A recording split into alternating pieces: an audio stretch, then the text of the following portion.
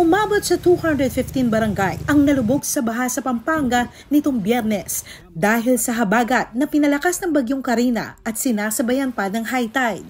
Marami ang na-stranded matapos bahain ng ilang pangunahing kalsada. Umapaw ang mga sapa at ilog at may ilang nasirang tulay, bahay at iba pa. Ang mahirap pa, ngayong linggo nakatala ang pinakamataas na level ng high tide sa lalawigan. Nasa 765 families ang inilikas sa mga evacuation centers. Sa ulat ng Provincial Disaster Risk Reduction and Management Office, 4 na bahay sa Candaba at Mexico ang bahagyang nasira at umabot na sa higit 300 milyong piso ang pinsalang naidulot sa agrikultura as of July 25. Pero sa kabila ng ulan at baha, tuloy ang serbisyo para sa tao. Ang mga traffic enforcer, suot ang bota at kapote, tuloy sa pagmamando ng trapiko.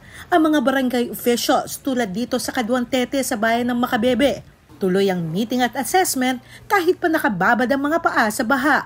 At si Governor Dennis Delta Pineda, nabasa man sa kasagsagan ng malakas na ulan, tuloy pa rin sa pagpunta at pagsilip sa mga binahang kababayan. Sinigurong naaabot ang tulong sa mga apektadong kabalen. Importante na ngayon sa ganitong sitwasyon, nandito kami mga nanunungkulan para may distribute ko kagad natin itong tulong na to.